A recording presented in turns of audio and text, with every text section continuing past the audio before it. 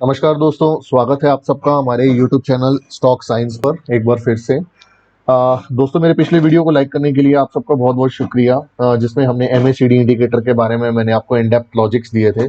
आज मैं जिस टॉपिक पे बात करने वाला हूँ उस टॉपिक का नाम है रेनको चार्ट्स। रेनको चार्ट्स एक ऐसा चार्ट है जो कि एक बिगिनर, जो कि स्टॉक मार्केट में जिनको बिल्कुल जीरो नॉलेज है या टेक्निकल एनालिसिस में जो लोग नए हैं और वो स्टॉक्स में ट्रेड करना चाहते हैं यूजिंग रेनको चार्ट्स, तो किस तरीके से आप रेनको चार्ट को यूज कर सकते हैं, कितना इजी है ये और किस तरीके से आप इससे ट्रेडिंग कर सकते हैं।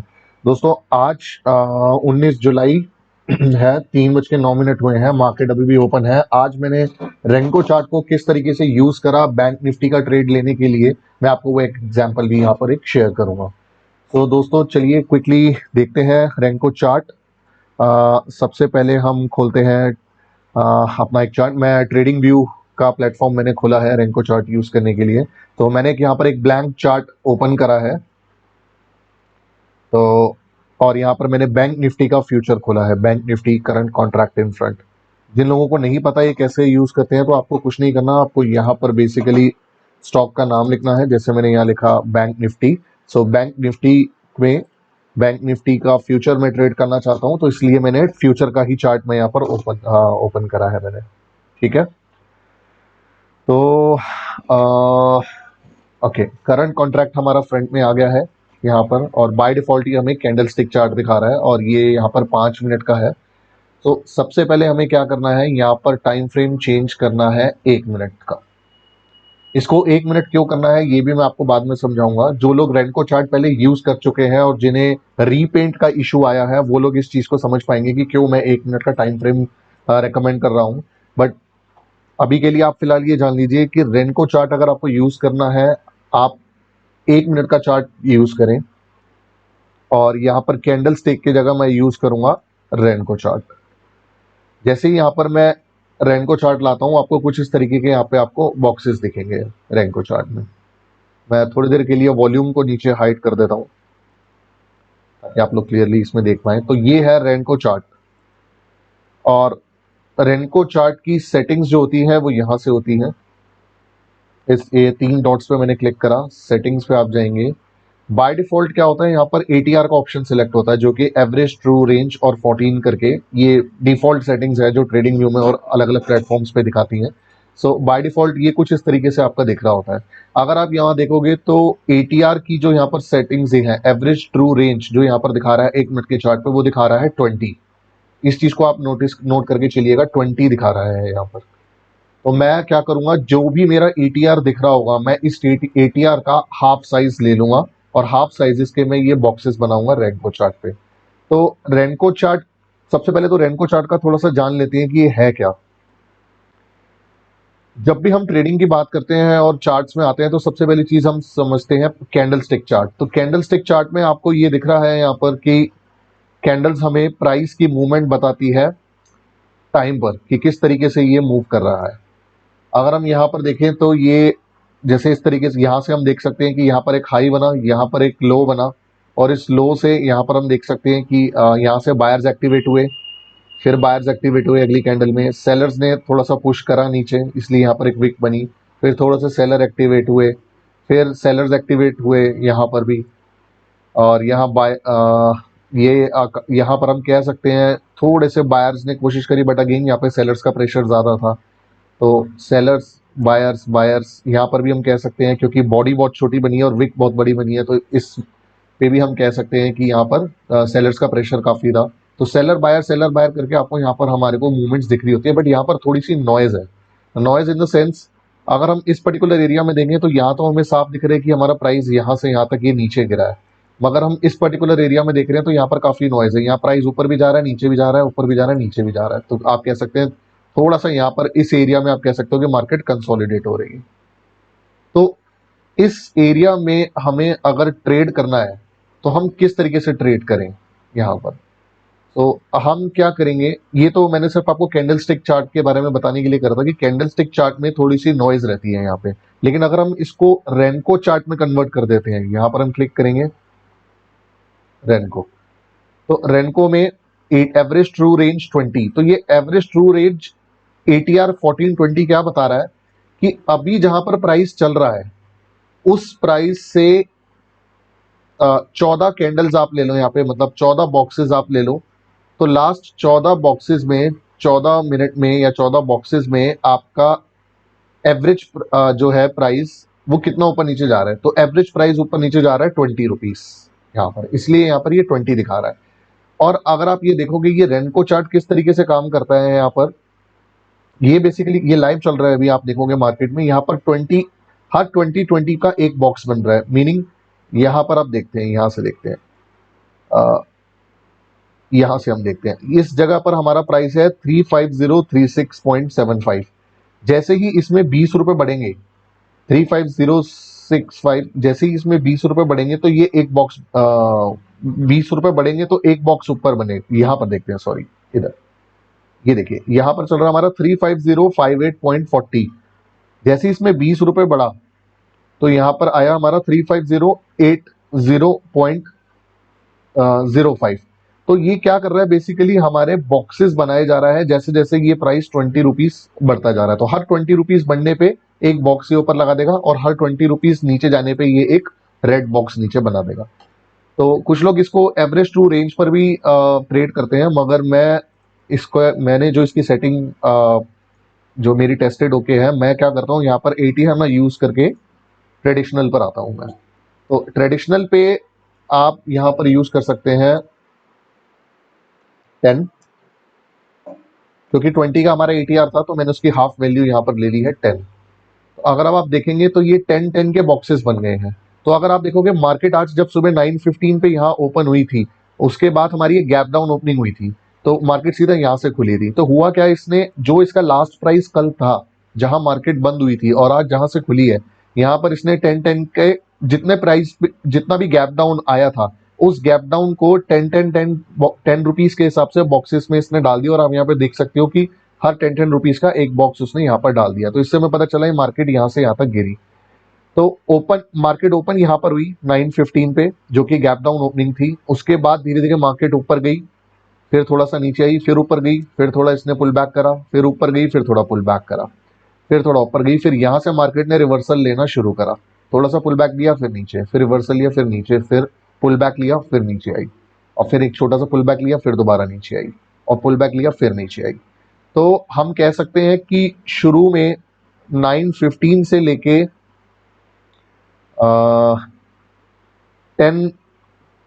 10 बजे तक, बेसिकली 9:15 से 10 बजे तक बेसिकली मार्केट खुली।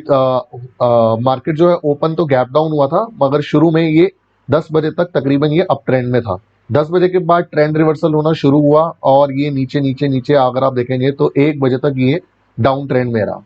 तो डाउन ट्रेंड में जाने के बाद इस वक्त उसके बाद मार्केट ने फिर एक अपवर्ड मूवमेंट लेने की कोशिश करी और यहाँ पर फिर ये नीचे ऊपर, और यहाँ आप देख सकते हो कि एक हाई और एक लो, एक हाई एक लो और एक हाई एक लो यहाँ इसने बनाया है।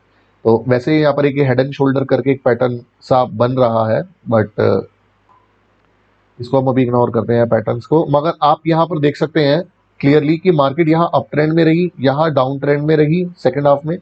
उसके बाद अब यहाँ पर बायर्स और सेलर्स के बीच में फाइट चल रही है। तो यहाँ हम ये नहीं कह सकते कि यहाँ पर ये अप ट्रेंड है या डाउन ट्रेंड है, जब तक कि एक इस पर्टिकुलर जोन को, इसको अगर मैं एक रेक्टेंगल में मार्क करता हूं, इस पर्टिकुलर जोन को जब तक मार्केट क्रॉस नहीं कर जाती तब तक हम ये नहीं कह सकते कि ये, अगर तो ये इसके बाद यहाँ से ऊपर सस्टेन करता है तो हम कह सकते हैं कि ये सस्टेन करने के बाद यहाँ से ये वापस से इसने एक रिवर्सल पकड़ा है और ये अप ट्रेंड में जा रही है। लेकिन अगर ये यहीं से नीचे आती है और इसी बॉक्स में थोड़ी देर चलती है, तो हमें, जब तक ये इस बॉक्स को फॉलो करती रहेगी तब तक हम कह सकते हैं कि मार्केट अभी किसी ट्रेंड में नहीं है और बायर और सेलर्स के बीच में अभी यहाँ पर ये कंसोलिडेशन में है। अगर ये इस रेक्टेंगल को तोड़ के नीचे आती है तो हम कह सकते हैं कि ये मार्केट फिर से डाउन ट्रेंड की तरफ जा रही है। तो ये तो था हमारा, ये हमारा रेनको चार्ट हमने बेसिकली अब यहाँ पर देखा। तो ये 1 मिनट के चार्ट पे मैंने अभी ट्रेडिशनल 10 की सेटिंग्स ली हुई हैं। अब हम इसमें एक स्टेप आगे बढ़ते हैं, इसमें हम ऐड करते हैं कुछ और इंडिकेटर्स जो कि हमें थोड़ी सी कंफर्मेशन दें कि हमें यहाँ पर किस तरह का ट्रेड खेलना चाहिए या नहीं खेलना चाहिए। तो मैं इंडिकेटर्स में जाऊंगा और यहाँ पर मैं एक मेरा इंडिकेटर है जो मैं सबसे ज़्यादा यहाँ पर यूज़ करता हूँ। तो यहाँ मैं एक इंडिकेटर ऐड करूँगा, सिंपल हल मूविंग एवरेज। सिंपल हल मूविंग एवरेज है, ट्रेड चार्टिस्ट करके हैं जिन्होंने ये बनाया है। तो इनका अ, हल हम एक नॉर्मली हल मूविंग एवरेज भी यूज़ कर सकते हैं, मगर मैंने इनका यूज़ करा है इंडिकेटर, क्योंकि ये थोड़ा सा इंडिकेशन हमें दे देता है। तो हल मूविंग एवरेज, यहाँ पे मैं कलर बार हटा रहा हूँ, और हल मूविंग एवरेज की जो लेंथ ली है हमने यहाँ पर वो 55 ली है। सो अगर आपके पास ये इंडिकेटर नहीं है, कुछ और है, तो आप उसमें भी हल सिंपल एक हल मूविंग एवरेज ऐड कर सकते हो, और 55 का यहाँ पर आप ऐड कर सकते हो हल मूविंग एवरेज। बेसिकली हल मूविंग एवरेज जो है ये साथ साथ चलती है। ये क्या बता रही है कि इसकी कैलकुलेशन में मैं अभी इसको कवर नहीं करूंगा, क्योंकि अलग अलग तरह की मूविंग एवरेजेस होती हैं।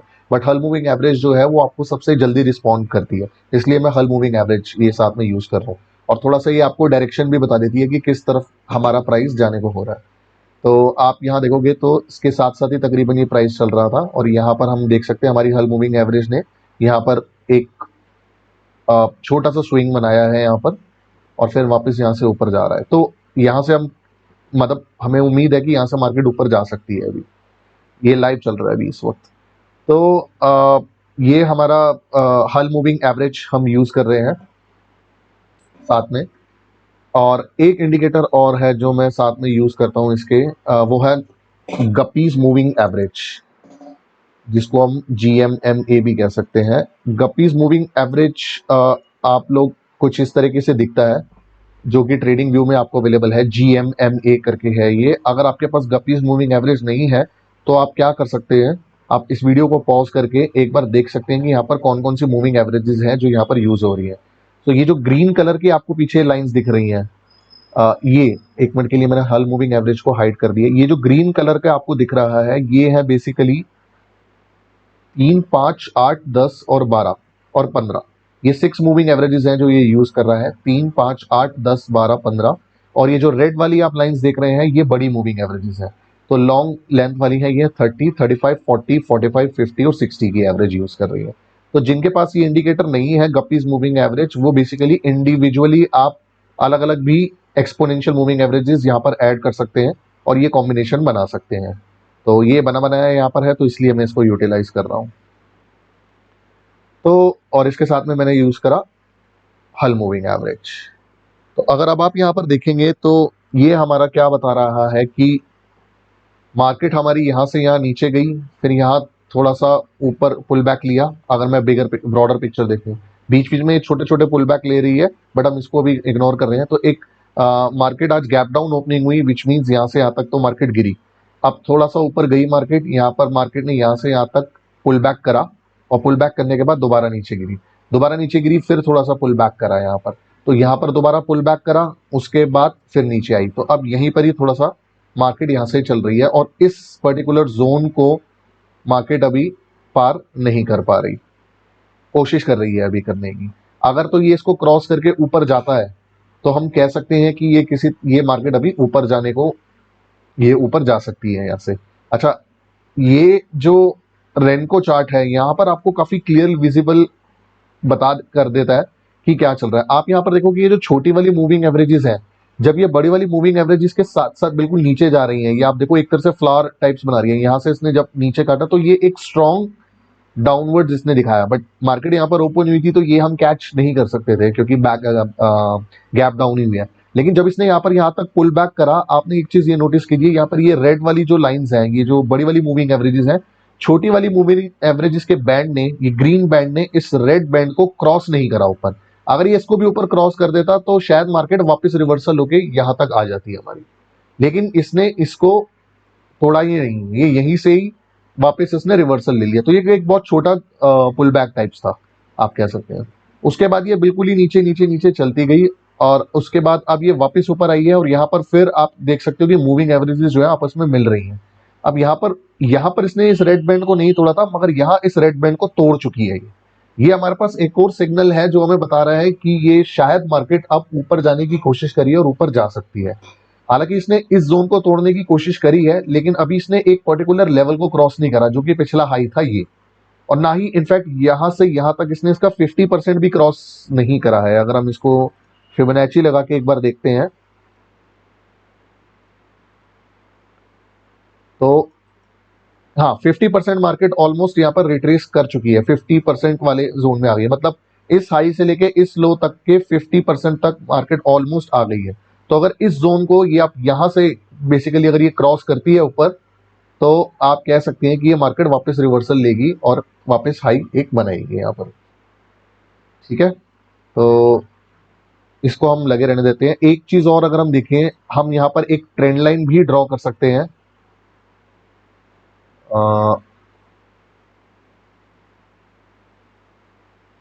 नहीं, ये सॉरी, ये ट्रेंड लाइन यहाँ पर नहीं कर रही काम, इसको मैं हटा देता हूँ। तो यहाँ हम देख सकते हैं कि यहाँ मैंने ट्रेंड लाइन हटा दिया है, एक्चुअली वो ट्रेंड नहीं बन रहा था, बट हाँ यहाँ हम देख सकते हैं कि ये 50% ऑलमोस्ट रिट्रेस करने की कोशिश कर रहा है इस पर्टिकुलर लो को। और यहाँ अच्छा, तो ये तो हो गया हमारा 1 मिनट के चार्ट पर 10 के हिसाब से सेटिंग्स जो हमने यहाँ पर करी हैं। अब मैं इसी चार्ट को एक बार मल्टीपल चार्ट करता हूँ, यहाँ पर डबल चार्ट में मैं यहाँ पर लेकर आता हूँ। अब इसने क्या करा, बेसिकली इसी की एक यहाँ पर कॉपी बना दी है। तो अब इसने इसकी जो एक कॉपी बना दी है, हमें क्या करना है, मैं इस पर्टिकुलर चार्ट से ड्राइंग्स हटा देता हूँ।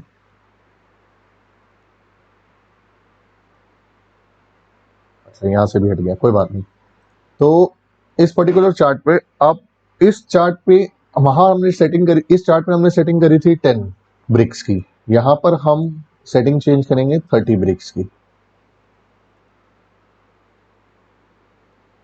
ठीक, 30 ब्रिक्स की जब हमने सेटिंग यहाँ पर करी, तो अब आप देखो कि मार्केट किस तरीके से चल रही है। तो यहाँ पर क्या है, ये 30 का ब्रिक्स है, यानी कि यहाँ पर जब 3 ग्रीन ब्रिक्स बनेंगे 10 20 30, तब यहाँ पर एक ब्रिक बनेगा, क्योंकि ये 30 का ब्रिक साइज है। अब यहाँ पर जैसे हम देख रहे हैं, यहाँ पर एक रेड ब्रिक बनना शुरू हुआ है। तो ये 10 का एक रेड ब्रिक बन रहा है। जब ये 10 के 3 रेड ब्रिक्स बन जाएंगे यहाँ पर, तब यहाँ पे 30 का एक रेड ब्रिक बनेगा। ठीक है, तो बेसिकली ये हो क्या रहा है, ये हमने एक शॉर्ट टर्म यहाँ पर देखा 10 ब्रिक्स के हिसाब से कि मार्केट का क्या मूव चल रहा है, और हम देख रहे थे कि मार्केट ये यहाँ से उठने की कोशिश कर रही है, बट अभी यहाँ पर एक एनर्जी क्रिएट कर रही है, यहाँ तो इस लेवल से वापस नीचे आएगी या फिर इस लेवल को तोड़ के ऊपर जाएगी। और यहाँ पर हम देख सकते हैं कि 30 की ब्रिक के हिसाब से अगर हम देखें, तो देखिए ये मार्केट यहाँ पर गिरी और यहाँ से इधर इसने कंसोलिडेट करने की कोशिश करी, अब यहाँ से उठने की कोशिश कर रहा है। तो ये पर्टिकुलर एरिया जो हम राइट हैंड साइड पर अपनी स्क्रीन पे देख रहे हैं, ये बेसिकली इस पूरे एरिया को दिखा रहा है। ठीक है, यहाँ पर बायर और सेलर बराबर एक्टिवेट थे, तो यहाँ पर हम देख सकते हैं बायर और सेलर बराबर ही एक्टिवेट रहे हैं। तो इस जगह पे बेसिकली कंसोलिडेशन एरिया है, यहाँ पर हमें कुछ खास बड़ा प्रॉफिट मिलेगा नहीं। अब ये क्या कर रहा है, इस एरिया को तोड़ने की कोशिश कर रहा है, ऊपर जाने की कोशिश यहाँ पर कर रहा है। ठीक है, और हमारी हल मूविंग एवरेज भी यही बता रही है कि यहाँ से हल्का सा अगर आप देखोगे पॉइंटेड ग्रीन बनाना शुरू करा है कि यहाँ से कोशिश कर रही है मार्केट उठने की। अब अगर हम 10 ब्रिक्स के हिसाब से देखते हैं, तो 10 ब्रिक्स के हिसाब से आप देखोगे तो छोटी मूविंग एवरेजेस ने बड़ी मूविंग एवरेज को क्रॉस करा है, लेकिन अभी बहुत ज्यादा क्रॉस नहीं करा है, मतलब ये फैलती भी नहीं गई है, ये और ये बड़ी, इन दोनों के बीच का डिस्टेंस अभी क्लोज है। तो यहाँ भी कुछ भी हो सकता है, यहाँ भी कंफर्मेशन नहीं है। और यहाँ पर अगर आप देखोगे, यहाँ पर भी छोटी मूविंग एवरेजेस और बड़ी मूविंग एवरेजेस को तो अभी क्रॉस ही नहीं करा है। तो सिर्फ ये यहाँ से यहाँ तक ही उठी है, लेकिन ये यहाँ से यहाँ तक उठी है। तो आप कह सकते हो जब ये 10 की कुछ, ये यहाँ तक बेसिकली जब तक ये 30 वाला जब तक पूरा और क्रॉस नहीं कर जाता, तब तक एक इसको बिग मूवमेंट नहीं मिल पाएगी यहाँ पर। ठीक है, तो ये हुआ हमारा 30 और ये हुआ 10 ब्रिक्स के हिसाब से जो हमारा चार्ट अभी चल रहा है यहाँ पर। अच्छा, अगर हम 30 के हिसाब से अगर देखते हैं, मैं इसको थोड़ी देर के लिए 30 वाले चार्ट को फुल करता हूँ, फुल स्क्रीन करता हूँ। यहाँ इसको मैं थोड़ा स्क्रॉल करता हूँ ताकि मेरे ज़्यादा से ज़्यादा पॉइंट्स यहाँ पर कवर हों। और यहाँ हम क्लियरली देख सकते हैं कि यहाँ पर हमारा एक ट्रेंड बना हुआ है। देखो, swing high low high low high low high और लो। तो ये हम कह सकते हैं कि यहाँ से यहाँ तक ट्रेंड चल रहा था बेसिकली, और इसने पहले हाई बनाया, और अगर मुझे और ज़्यादा पॉइंट्स कवर करने हैं तो मैं थोड़ा इन पॉइंट्स को ले सकता हूँ। ये यहाँ पर चाहे हम ये वाला लो पकड़े, चाहे हम ये तीनों लोज पकड़े, तो अगर आप इन तीनों लोज को थोड़ा कवर करके चलते हैं, तो अगर आप यहाँ देखोगे कि इस पर्टिकुलर लेवल से ऊपर गया, नीचे आया, तो यहाँ हाई लो और हाई लो बनता जा रहा है यहाँ पर। अब इस लो को इसने तोड़ने की कोशिश करी यहाँ पर, लेकिन वापस ऊपर गया। अब थोड़ा जूम करते हैं, यहाँ से इस लो को तोड़ के ऊपर गया, फिर हल्का सा नीचे, फिर अब ये इस लो को बेसिकली तोड़ने की कोशिश कर रहा है। ये ट्रेंड आप कह सकते हो कि अगर तो ये इसको तोड़ के बिल्कुल नीचे आने शुरू कर देता है, यहाँ से यहाँ तक ये आना शुरू कर देता है, तो हम कह सकते हैं कि भैया अब ये यहाँ से डाउन ट्रेंड में जाएगा। यहाँ से हायर हाई, हायर लो, फिर हायर हाई, फिर हायर लो, फिर हाई हाई, फिर हायर लो, फिर हायर हाई, और हायर लो बनाया इसने। लेकिन अगर इस हायर लो को अगर ये तोड़ता पिछले वाले को, और अगर ये यहाँ से नीचे जाने की कोशिश करता, तो हम कह सकते थे कि यहाँ से ट्रेंड रिवर्सल हो सकता है। तो अभी क्या है, बेसिकली यहीं पर ही इसने पुल बैक करा है, और इस लेवल पे ही अभी ये चल रहा है। तो यहाँ पर अभी कोई ट्रेड बनता नहीं है, क्योंकि ये यहाँ से ना ये अभी हमने इसने हमें ऊपर कंफर्मेशन दिया, ना ही अभी हमें नीचे कंफर्मेशन दिया। तो ऑब्वियसली अभी तो 3:32 हो गए हैं, मार्केट भी बंद होने का टाइम हो गया है। तो अब मैं आपको बताता हूँ कि बेसिकली ये ट्रेड बनता कहाँ पर था। ये ट्रेड बेसिकली आज जब मार्केट यहां से यहां तक नीचे गैप डाउन ओपनिंग हुई, मार्केट की गैप डाउन ओपनिंग जब हुई, उसके बाद मार्केट ने थोड़ा सा पुल बैक लिया ऊपर। पुल बैक लेने के बाद, जो कि ये यहाँ पर दिख रहा है आपको, ये पुल बैक राइट साइड में, तो जब इसने यहाँ पर एक पुल बैक लिया, पुल बैक लेने के बाद ये मार्केट फिर से नीचे आनी स्टार्ट हुई। जब यहाँ से मार्केट वापस नीचे आनी स्टार्ट हुई, और इस पुल बैक के लेवल को भी इसने तोड़ा, जो कि ये वाला लेवल यहाँ पर, ये, तो इस लेवल के बाद आप देख सकते हो मार्केट अच्छा खासा, यहाँ पर हमें कंफर्मेशन मिल गई थी, क्योंकि इस जगह पर अगर आप देखोगे, मैं यहाँ पर एक पॉइंट लगा देता हूँ।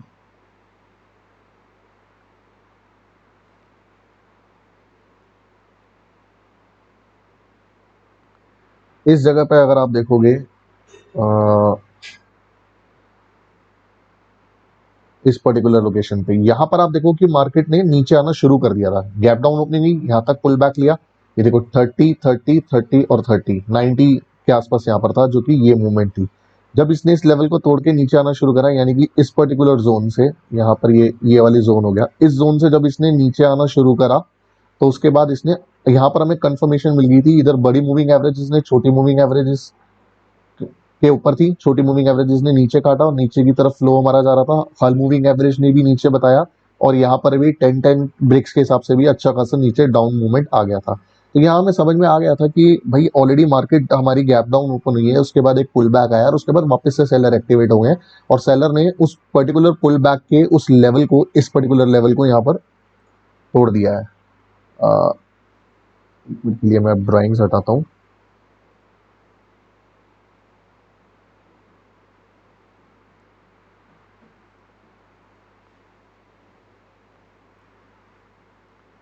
तो यहाँ पर हम कह सकते हैं कि इस पर्टिकुलर लेवल को जब मार्केट ने तोड़ दिया, गैप डाउन, पुल बैक, ये पुल बैक में यहाँ चलता रहा, जब इस पुल बैक को वापस इसने तोड़ा, इस पर्टिकुलर लेवल को, तो उसके बाद यहाँ से यहाँ तक हमारा एक अच्छा खासा ट्रेड बनता था, और यही ट्रेड आज हमने खेला है।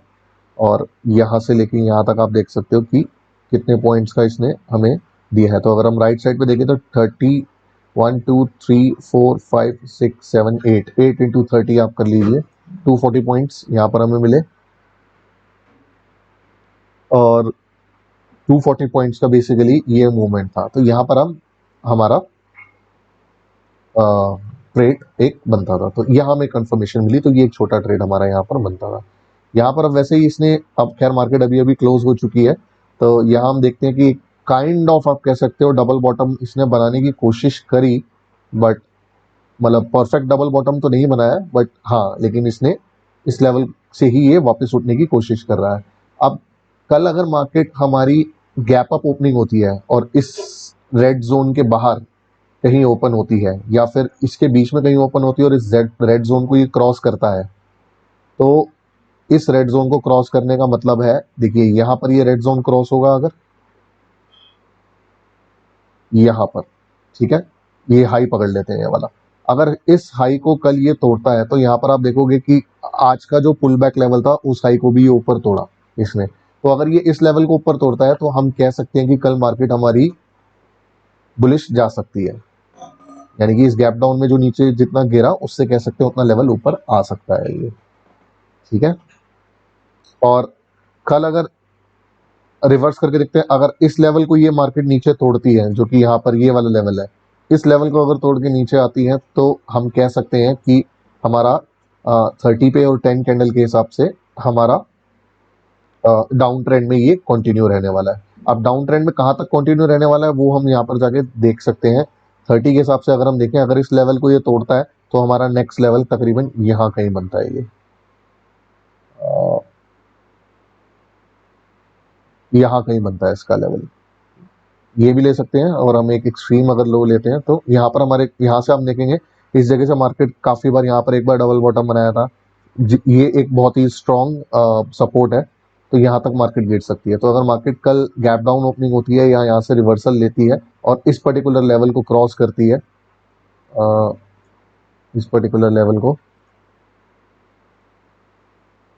जो कि है हमारा 35009 को अगर क्रॉस करती है तो 34828 तक हम कह सकते हैं कि मार्केट के जाने के चांसेस है यहाँ पर। और ऊपर का लेवल मैंने आपको यहाँ से बता ही दिया था कहाँ से जा रहा है। तो इस तरीके से हम इसको एनालाइज कर सकते हैं छोटे और बड़े दो कॉम्बिनेशन के रेंको चार्ट पे। ये बहुत इजी है, इसमें आपका स्टॉप लॉस आपको बेसिकली ये आपके ऊपर डिपेंड करता है कि आपका रिस्क टू रिवॉर्ड, आपकी रिस्क कैपेसिटी कितनी है। जैसे अगर मैं यूज करें तो मेरा बेसिकली, मैं अगर मान लीजिए मैं 30 का एक लेके चलता हूँ कि मेरा 30 का रिस्क टू रिवॉर्ड रेशियो है, मतलब मैं मिनिमम लॉस 30 उसका ले सकता हूँ। तो मैंने क्या करा, 30 को 3 पार्ट्स में डिवाइड कर दिया। मान लो मैं यहाँ से बाय करता हूँ, मुझे यहाँ पर दिख रहा है अभी ये, जैसे यहाँ पर तो ये रेड दिख रहा है तो मैं यहाँ तो अभी एंटर करूंगा नहीं। अगर मान लो ये यहाँ से 3 कैंडल्स और नीचे आ जाता और मान लो मुझे यहाँ से बाय करना होता, तो अगर यहाँ पर ये 10 20 जैसे 2 कैंडल 20 की बन जाती तो यहाँ भी हाफ एक ग्रीन बननी शुरू हो जाती। तो मैं ये सोच सकता था कि हाँ ठीक है ये ऊपर जाएगा, तो मैं यहाँ पर इसको होल्ड कर लेता। तो अब आपके ऊपर है कि आप 2 बॉक्सेस 3 बॉक्सेस कितना आप रिवॉर्ड लेके चलते हो और लॉस में आप कितना लेके चलते हो। मैं जनरली 1 बॉक्स ही लेके चलता हूँ। तो मैंने ये बॉक्स साइज अपने, ये बॉक्स साइज बेसिकली 30 का बहुत बहुत बहुत सिग्निफिकेंट है, स्पेशली बैंक निफ्टी के केसेस में। मैं दोबारा रिपीट कर रहा हूँ, ये हर चार्ट पे ये सेटिंग नहीं चलेगी, ये सिर्फ और सिर्फ और सिर्फ बैंक निफ्टी के लिए मैं आपको बता रहा हूँ। क्योंकि बैंक निफ्टी में अगर आप नोटिस करोगे एक चीज़, मैं आपको कुछ दिखाता हूँ यहाँ पर। मैं आपको अपने ओरिजिनल सेटअप पे लेके चल रहा हूँ, जो ये तो मैंने आपको एजुकेशन पर्पज से दिया था, बट मैं आपको भी एक्चुअल सेटअप में लेके चल रहा हूँ जो मैंने यूज़ करा है आज। ये सेटअप है जो मैंने आज यूज़ करा है, जो आप स्क्रीन पे देख रहे हैं। तो यहाँ आप देख सकते हो 1 मिनट का रेंको चार्ट है 30 के हिसाब से, और 1 मिनट का रेंको चार्ट है 10 के हिसाब से, जो मैंने अभी आपको इस स्क्रीन पे समझाया था इस टैब में। ये दोनों मैंने यूज़ करे और मैंने यहाँ पर एक लेवल्स मार्क कर रखे थे। तो जैसे इसने इस एक पर्टिकुलर लेवल को यहाँ पर तोड़ा था, मैंने इसको यहाँ से यहाँ तक ट्रेड करा था, इस ट्रेंड लाइन को उसने जब ब्रेक करा था। अच्छा, इसी के साथ में मैंने क्या कर रखा है, अगर आप देखोगे यहाँ पर एक 30 मिनट्स का चार्ट लगा रखा है और यहाँ पर एक 5 मिनट्स का चार्ट लगा रखा है। अब ये बेसिकली आप कह सकते हो कि ये मेरी ऑब्जर्वेशन है, या क्योंकि मैं बैंक निफ्टी में सबसे ज़्यादा ट्रेड करता हूँ और मैंने इसको सबसे ज़्यादा मेरा अपना पर्सनल इंटरेस्ट है इस चीज़ में। तो मैंने एक चीज़ नोटिस करी है कि 30 मिनट्स का जो चार्ट है, इस चार्ट पे जो आपको लेवल्स दिख रहे हैं, या जो मोमेंटम और प्लस जो आपको यहाँ पे लेवल्स दिख रहे हैं, और या आपको ट्रेंड जो यहाँ पर दिख रहा है, वो एग्जैक्टली कुछ मतलब इसी इसमें फॉलो करता है। आप देखो यहाँ से ये नीचे गया तो यहाँ पर भी ये नीचे गया है, ये यहाँ से यहाँ तक गैप डाउन हुआ तो ये गैप डाउन हुआ, यहाँ थोड़ा सा इसने एक छोटा हाई बनाया, देखिए यहाँ पर इसने हाई बनाया।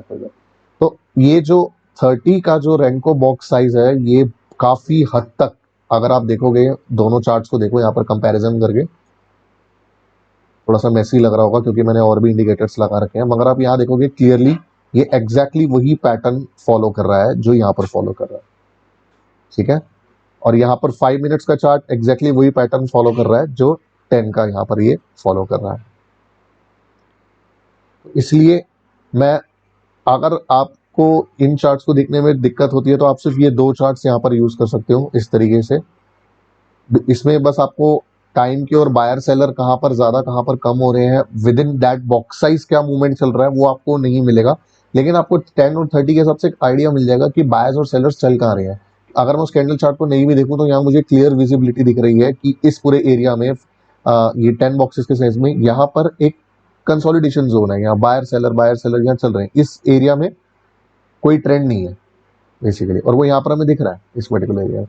जब ये इसको क्रॉस करके ऊपर जाने की कोशिश करेगा तो ऑब्वियसली ये यहाँ से भी ऊपर मुड़ेगा, तो इस पर्टिकुलर एरिया में हम कह सकते हैं कि यहाँ पर एक बुलिश मूवमेंट आ रही है, राइट।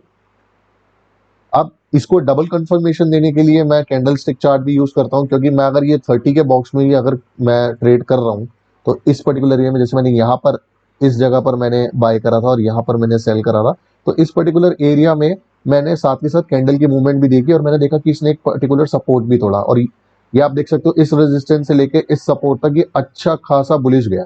मतलब इस पर्टिकुलर आवर में हमें साफ दिख रहा है कि यहाँ पर सेलर सबसे ज्यादा एक्टिव है। तो एक तरीके से यहाँ पर मुझे डबल कंफर्मेशन मिली है। रैंको चार्ट भी मुझे कह रही है कि ये नेगेटिव जा रहा है और ये भी मुझे कह रहा है कि ये नेगेटिव जा रहा है, ठीक है।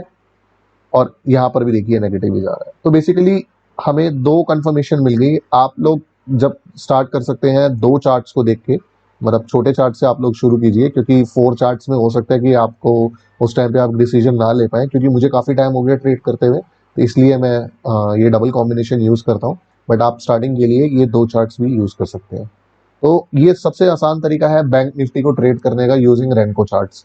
इसके अलावा मैं ये पर्सनली रिकमेंड करूंगा कि आप कोई एक्स्ट्रा इंडिकेटर ना डालें, क्योंकि देखिए 4 तरह के इंडिकेटर होते हैं हमारे: ट्रेंड, वॉलेटिलिटी, वॉल्यूम और मोमेंटम। तो मोमेंटम आपको यहाँ पर ये पता चल ही रहा है हल मूविंग एवरेज से कि, और ये मूविंग एवरेज इससे कि ये नीचे जा रहा है या ऊपर जा रहा है, या इस वक्त क्या मोमेंटम बना हुआ है। जैसे हम यहाँ देखें तो इस टाइम पे मोमेंटम हमारा ऊपर की तरफ है, तो यानी कि बुलिश मोमेंटम है इसके अंदर, राइट। यहाँ पर आरएसआई वगैरह लगाने का कोई बेनिफिट नहीं है। जितने वीडियोस मैंने देखे हैं मैंने इसको बहुत डिटेल में स्टडी करा है। आरएसआई मोमेंटम की यहाँ जरूरत ही नहीं है। ये मूविंग एवरेजेस हमें मोमेंटम भी बता रही है और हमें ट्रेंड भी बता रही हैं, और हमें वॉलिटिलिटी भी बता रही है। वॉलिटिलिटी तो देखो इसके अंदर होगी ही होगी, क्योंकि बैंक निफ्टी एक ऐसा है, ये तो सबसे ज्यादा वॉलेटाइल है ही। इंडेक्स का चार्ट है तो इसमें आपको वॉलेटिलिटी का आपको कोई इशू होना नहीं चाहिए कि मेरी वॉलेटिलिटी कब होगी। यहाँ पर बेसिकली आपका मैटर करता है कि हमारा मोमेंटम क्या जा रहा है और ट्रेंड क्या जा रहा है, प्लस वॉल्यूम। वॉल्यूम मैं यहाँ पर यूज नहीं कर रहा हूँ, क्योंकि ये जो वॉल्यूम में भी जो नीचे बार्स आती हैं बेसिकली वो भी आप चाहो तो एक अलग से वॉल्यूम को ट्रेड कर सकते हो, बट मुझे काफ़ी टाइम हो गया तो मैं वॉल्यूम इतना नोट करता नहीं हूँ, क्योंकि प्राइस अगर ऊपर जा रहा है तो मैं ये बेसिकली रेंको चार्ट में हमारे को मतलब वॉल्यूम से इतना ज़्यादा इफेक्ट पड़ता नहीं है, क्योंकि ये purely price action based strategy है आप कह सकते हो। तो आई वुड, जो लोग सोचते हैं कि रेंको चार्ट हम यूज़ नहीं कर सकते या रेंको चार्ट से आप कंसिस्टेंट प्रॉफिट नहीं उठा सकते, ऐसा गलत है। मैंने कंसिस्टेंटली रैंको चार्ट पे ही मेरे को सबसे ज़्यादा कंफर्टेबल लगता है। अगर हम price action based strategy use करना चाहते हैं तो ये स्ट्रेटेजी जो है बहुत अच्छा काम करती है इसमें। और इसमें बस ये है कि आप किसी एक पर्टिकुलर चार्ट के उस पर नहीं रहे हैं, आप दोनों चार्ट्स को देख के चलिए तो आपको थोड़ा सा एक आइडिया मिल जाएगा कि किस तरफ मार्केट जा रही है यहाँ। और ये ईजी टू इंटरप्रेट करने में बहुत आसानी है। अगर मैं ये 10 वाले चार्ट को भी थोड़ा सा इधर लेफ्ट वाले चार्ट को थोड़ा बड़ा करता हूँ और पीछे देखता हूँ तो यहाँ हमें दिख रहा है साफ कि ये यहाँ में एक क्लियरली एक पता चल रहा है कि कहाँ से, देखो ये आप कह सकते हो कि यहाँ से एक स्विंग है, ये लो गया, फिर यहाँ पर इसने एक हाई बनाया ऊपर, फिर यहाँ पर एक लो गया, तो हो सकता है यहाँ से मार्केट उठे। अगर यहाँ से मार्केट यहाँ तक क्रॉस करेगी, इतना उठेगी, तो मतलब ये एक अगला स्विंग हाई देगा ही देगा, राइट। यहाँ पर आप देखिए, ये देखें ना, ये चार्ट, ये देखिए स्विंग हाई, तो हाई लो, इसी स्विंग को ये हम 10 वाले उस पर देख रहे हैं और इसी स्विंग को हमने यहाँ पर 30 ब्रिक साइज के अकॉर्डिंगली देखा था। तो low high low high low high, और यहाँ से ही उठने की कोशिश कर रहा है। तो अगर ये इस लेवल को क्रॉस करेगा तो ये स्विंग हाई जरूर बनाएगा, ठीक है। तो बस आज के वीडियो को हम यहीं पर ही खत्म करते हैं। आज मेरे को स्पेशली आपको रेनको चार्ट का दिखाना था कि रेनको चार्ट बैंक निफ्टी के साथ किस तरीके से काम करता है। अगले वीडियो में मैं कुछ और स्ट्रेटेजीज लेकर आऊंगा, कुछ और इंप्रूवमेंट लेकर आऊंगा, जिससे आप लोगों को ट्रेडिंग सीखने में और आसानी हो। And I am just repeating it once again, इस पर्टिकुलर चार्ट सेटअप पे आपको किसी और इंडिकेटर की जरूरत नहीं है, MACD RSI किसी की जरूरत नहीं है। MACD यही है बेसिकली, ये जो जब बेसिकली होता क्या, अगर आप यहाँ पर MACD इंडिकेटर लगाओगे तो मैं कि लास्ट आपको दिखा देता हूँ कि MACD का यहाँ पर क्यों बेनिफिट नहीं है। अगर मैं यहाँ पर MACD इंडिकेटर इसमें लगाता भी हूँ तो MACD में क्या है, जब ये जीरो लाइन को क्रॉस कर रहा है तो उस वक्त ये छोटी मूविंग एवरेजेस बड़ी मूविंग एवरेजेस के साथ यहाँ कंसोलिडेट कर रही है। ये देख रहे हो आप, जहां पर भी ये रेड और ग्रीन मिक्स होने लग जाएगा, ये सारी मूविंग एवरेजेस मिक्स हो रही होंगी, यहाँ पर आप समझ जाओ कि ये जीरो लाइन के आसपास है। जब ये से नीचे आना शुरू हो गया तो इसे नीचे आना शुरू हो गया। ठीक है, आप MACD, ये देखो MACD यहाँ पर ऊपर क्रॉस कर रही है, ये सिग्नल लाइन ठीक है, आप इसको यूज कर सकते हो अगर चाहो, बट हमें यहाँ पर बॉक्सेस के हिसाब से हम चल रहे हैं तो हमें यहाँ पर भी एक क्लैरिटी मिल रही है प्राइस एक्शन को देख के। कोशिश करनी है हमें कि हम इंडिकेटर के भरोसे कम चले और हम एक नॉर्मल चार्ट के को ज्यादा अच्छे से प्राइस एक्शन को समझें। तो आप चाहो तो आप ये गप्पीज मूविंग एवरेज यहाँ पर हटा सकते हो, सिर्फ MACD भी यूज कर सकते हो। और अगर हम चाहें, क्योंकि मुझे प्राइस एक्शन को देखना ज्यादा अच्छा लगता है तो मैं MACD को हटा देता हूँ यहाँ पर, बट ये आपको MACD की तरह ही ऑलमोस्ट वो देगा। तो moving average is convergence divergence, तो मूविंग एवरेज इज आपकी मोमेंटम ट्रेंड दोनों चीजें आपकी बता रही है यहाँ पर। और वॉलेटाइल तो ये है ही, और वॉलेटिलिटी कहाँ बढ़ रही है वो आपको दिख ही रहा है। यहाँ पर जहां पर कंसोलिडेशन है वहां आपको थोड़ी देर रुक जाना है, जब कंसोलिडेशन से बाहर निकलेगा तो बाहर निकलेगा ही। और दूसरी चीज और ये है कि रेंको चार्ट में कुछ लोग इचिमोकू यूज करते हैं। इचिमोकू प्योरली प्राइस, और आप कह सकते हो प्राइस एक्शन प्लस इचिमोकू जो है वो इक्विलिब्रियम के बेसिस पर है कॉन्सेप्ट, तो वो उसमें टाइम एक बहुत बड़ा फैक्टर है जो यूज होता है। तो इसमें अगर आप इचिमोकू लगाओगे तो आपको कुछ खास, आपको यहाँ पर कोई बेनिफिट नहीं मिलने वाला है उसमें। इचिमोकू मैं पर्सनली इसमें रिकमेंड नहीं करता, काफी लोगों ने इचिमोकू इंडिकेटर लगाया इसमें, बॉलिंजर बैंड्स लोगों ने इसमें लगाए हैं, बट मेरे हिसाब से वो यहाँ पर यूज में नहीं आएंगे। बॉलिंजर बैंड्स का यहाँ पर कोई फायदा नहीं है। आप बॉलिंजर बैंड्स लगा के देखोगे तो वो आपको वो क्लैरिटी देगा ही नहीं जो आपको नॉर्मल कैंडल स्टिक चार्ट पे देता है। तो मैं पर्सनली ये रिकमेंड करूंगा कि बॉलिंजर बैंड्स और इचिमोकू, इनको आप जितना हो सके इस चीज में अवॉइड करें, क्योंकि ये रेंको चार्ट है। यहाँ पर बॉलिंजर बैंड्स में मिनिमम आपकी 20 की सेटिंग, 20 का लोग मिनिमम लेके चलते हैं, तो वो इतना ज्यादा खास मूवमेंट नहीं देगा। यहाँ तो 20 कैंडल्स आपकी सारी 20 वही है ना, रेड है तो रेड ही है। तो यहाँ पर अगर आप जैसे 20 का बॉलिंजर बैंड लगा भी दोगे तो कोई बेनिफिट नहीं है, वो तो नीचे ही दिखाएगा और इमीडिएटली यहाँ से ऊपर दिखाना शुरू कर देगा जब ये 5-10 कैंडल ऊपर जाएगा। सिंपल सिंपल सेटिंग रखो, रेनको चार्ट को सिर्फ और सिर्फ यूज करो इस पर्टिकुलर सेटिंग के साथ में, ये आपको कंसिस्टेंटली आपको प्रॉफिट देगा ही देगा। मैं इसको पर्सनली यूज कर रहा हूँ। ओके, चलिए, thank you so much for watching this video.